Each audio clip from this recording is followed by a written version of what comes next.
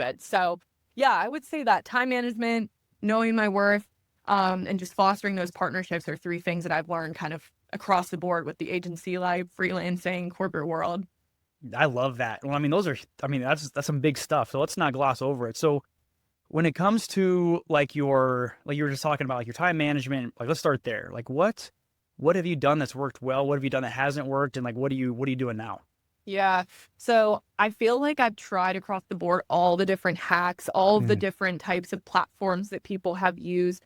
And really what's worked for me, and it's not anything innovative, but it's time blocking. That's what yep. works for me. Because Yeah. if I don't have the time blocked off to do it and have a time I know I'm going to do it, then I'm scattered. I'm like, oh, well, this just popped up or that popped up, or, oh, I'm kind of in the mood to do this. And then I'll go all over the place and be in the middle of five things and not actually accomplish anything. Mm-hmm. But also it gives me a lot of relaxation because I'm like, hey, I know that I have like this strategy I need to build out this week, but I have time on Thursday to do it because I did block that off. Yep. So I done that for different periods of my life early on whenever I started working, even with college. And Mm. I sort of got away from it because I wanted to just try other different tips and tricks. And now that's really what I do for not only my 9 to 5 job, but even in my freelancing stuff. You just Yep. have to make sure you're blocking off that time. I love that. I mean, anybody that's listening to the show knows that I'm a huge fan of time blocking. I did a full episode on it. One of my favorite kind of tips, if you don't mind my sharing, Yeah. um, is I call it chaos time. And it's a time block in my, like I do it now, like in my daily calendar, I schedule in like half an hour to 60 minutes of what I call chaos time. And that's for when like a client calls or somebody calls with like their hair on fire and you have to deal with something with like a lot of urgency. That way the rest of your day doesn't get, totally thrown out of whack. And by the end of the week, you need a whole extra day to try to get stuff done. That's one of my favorite kind of little tricks. And is chaos time a daily thing? It is a daily thing because it's really nice that, like, let's say, it's like Tuesday, like today, right? When we're recording this, and, if the day's going great, nobody calls with, any emergencies, right? Then you have Mhm. that extra half an hour or 60 minutes to do other stuff. And then my favorite kind of more advanced tip with it is if you're doing this consistently and you notice that you should track what you're doing in your chaos time. That way, if like let's say there's like one client who's maybe on the dramatic side and Yeah, they're calling you, 2, 3 times a week with their hair on fire, like I said, then you can know that like, oh, this person's probably going to call me this week. So you can actually schedule in that that's half an really hour or good. an hour for a time block for them specifically. So you don't have to, again, throw everything out of whack just because, again, this person is calling you with yet another issue. You know what I mean? Yeah, that's a really good tip because I do definitely have clients slash business partners that Yep. it's like a weekly thing and it's just kind of like, I'm like, this is Yes. happening Here again. we go again. So Yeah. It's yeah, yeah. yeah. Why? Listen, How is there man. always an emergency? I So know. that's really helpful. That reminds me when I was in high school. It's so long ago. It seems like. But one of my chemistry teachers, whenever he was giving us advice on like how to, it was like the very beginning of the year, and it was like giving us Yep. advice on how to like stay on top of your work and manage your Hmm. workload and all that stuff. And he literally told us like, okay, so you have something due in 2 weeks, like do start this day, set this day as your due date, and always set your due date a couple days before. Yep. And then that day before in the due date, he called it oh shit time. Yep. Yep. It's when you're like, oh shit, like I forgot to do something, or I forgot to answer one of the questions on here. Or like, oh, Hmm. like my week, you know, fell and got hurt and went to the hospital for 2 days and now I need that extra time.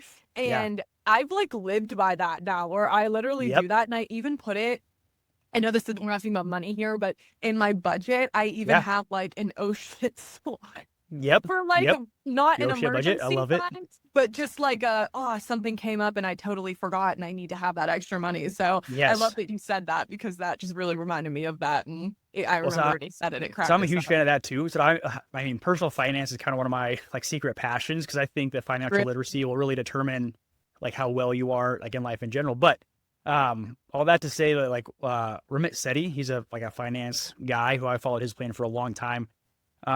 He says exactly that, where you have like your emergency fund for like when like the car breaks down or something, right? Right. But then he also has like what he calls a stupid fund, where like, oh, you're like driving around and you got pulled over by the cops for speeding or something like just something stupid, right? Something like that. So you Right. just have that cash on hand ready to manage stupidity when it comes up. But That's anyway, hilarious. I digress. Maybe I'll rename it to the stupid fun. Okay, but switching back to social media. Yeah. One question I did have for you, and I don't know if there's an answer to it, I guess, but I was wondering is because every platform feels like there's like different things you should be like, the posts can be kind of themed the same maybe, but they need to be different content, different things, right? Their videos, pictures, whatever. So are there like some like timeless social media strategies that still work no matter the platform, or is it really just kind of each thing's its own beast?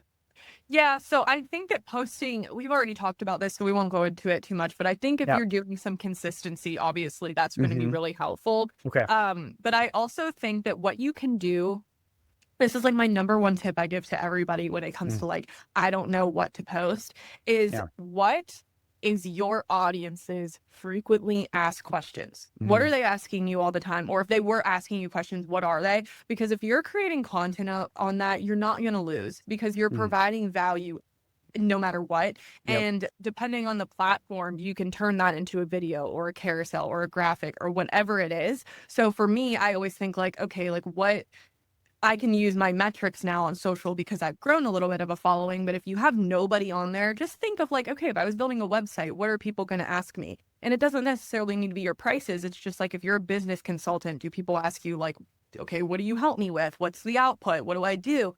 Finance, you can do this, social media. So I think a timeless strategy for yourself is if you post consistently and if you can think of things that your audience is going to ask, and that's always going to help you.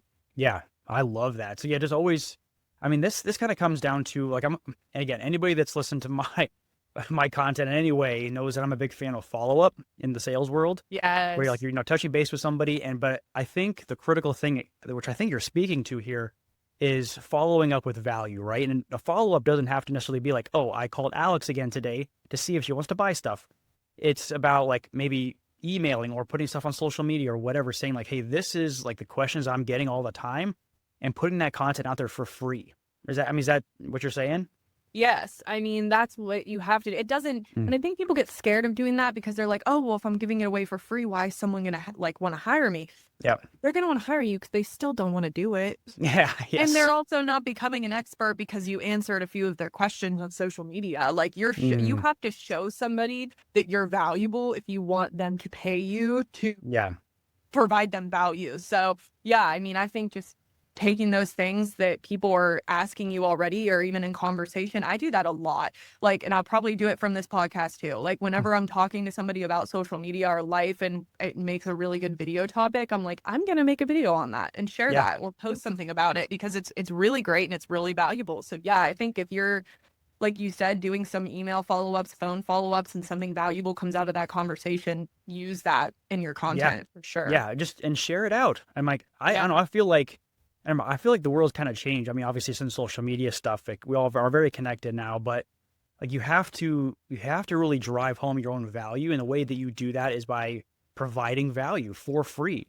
Because again, like you said, like people aren't going to be an expert because I think at the end of the day, it can be easy to forget that where an individual really, I think their big value can come from, like when you're selling things or whatever, is your experience. Because like, sure, like you can say like, oh, I understand what you're telling me. But until you actually go out and do it, like it's a 9-day difference, I think. Oh, yeah. And it's also the time. Like, we don't have time to do every single thing every day, especially as a business owner. So you may even, I've worked with people that do understand social media, but they're like, I just don't have time for this. Yes. So like, it's a time saver. So if you're providing value in all those different ways, then yeah, people are still going to want to work with you, even if you're posting everything. I mean, I can go online and look up how to dye my own hair and I'm still not going to do it. Like, I'd rather pay someone to do it. Maybe not more than once. Yeah. So. Yeah. So I totally agree with you. And I think like a personal philosophy that I have is I think most everything either costs time or money. And you just have to decide which one you want to spend because like, sure, you could go out and like learn all, like, make all the mistakes and figure out all the stuff on social media marketing, but it makes much more sense to me to stay in my lane and do what I feel like I do best and then come to somebody like you that really understands all the ins and outs much better than I probably ever will. And I think that that's a really important entrepreneurial skill Mm. is knowing what you do best and Yeah. outsourcing what you don't, because Yep. you just have to be so like specific with your time and intentional with your time. So I think if you can really just be honest with yourself, like I'm honest with myself in the sense of I suck at graphic design. I Mm. suck at it. It is not my area of expertise. So if I need some good graphics, I'm just going to go get somebody to do it Yeah. instead of Yep. spending all this time trying to learn it. Like I have so many other valuable skills. I'm not going to lose out by outsourcing one thing. Yeah. So But I think it's kind of been fun, like on my like personal entrepreneurial journey where like I'm involved in a lot of different things that I know that I'm not the best at, but I do think there's something to be said for having some understanding of like, say you're not the best at graphic design, right? And you probably figured that out, I would guess, from doing graphic design. And it takes a while. And like I'm similar there too. Like I figured out what I'm best at and what I'm not best at. And then I do my best to come to experts and outsource the rest as much as I possibly can. yeah. One thing I was wondering, and again, I know you've got like a ton of experience here. So what are some of like the biggest mistakes that people make either like with Yeah. their brands or as entrepreneurs or just people in general on social media that are trying to drive some traffic to whatever it is that they're doing? Like what are some of the big mistakes that people make most often and how do we avoid them? Yeah. So the first one we've talked about, so I'm not going to go into it too much, but it's trying to spread yourself too thin with Yeah. being on every platform. Don't do that. Especially if you're a one-man show. But the other one, and I kind of giggled a little bit when you started asking the question, because it's something that I think about all the time. I talk about it all the time with other social media professionals, and it's a very big problem, is companies in themselves do not understand the dynamic of social media marketing as it pertains to hiring people, that Yeah. we're not just hiring one social media manager. Social media marketing is a team effort. Mm-hmm. And it is such a mistake to hire a really talented person and put everything on them and burn them out, because they're Yep. going to leave. They're going to leave, or their quality of work is going to turn just not good because they don't Yeah. have the time. Yep. So I think whether you're a big company or you're a one-man show or however it is, I think having the awareness that you or one person is not going to be able to do it all, and that's Yeah. fine. So don't try to do it all. Do what you Yes. can. And if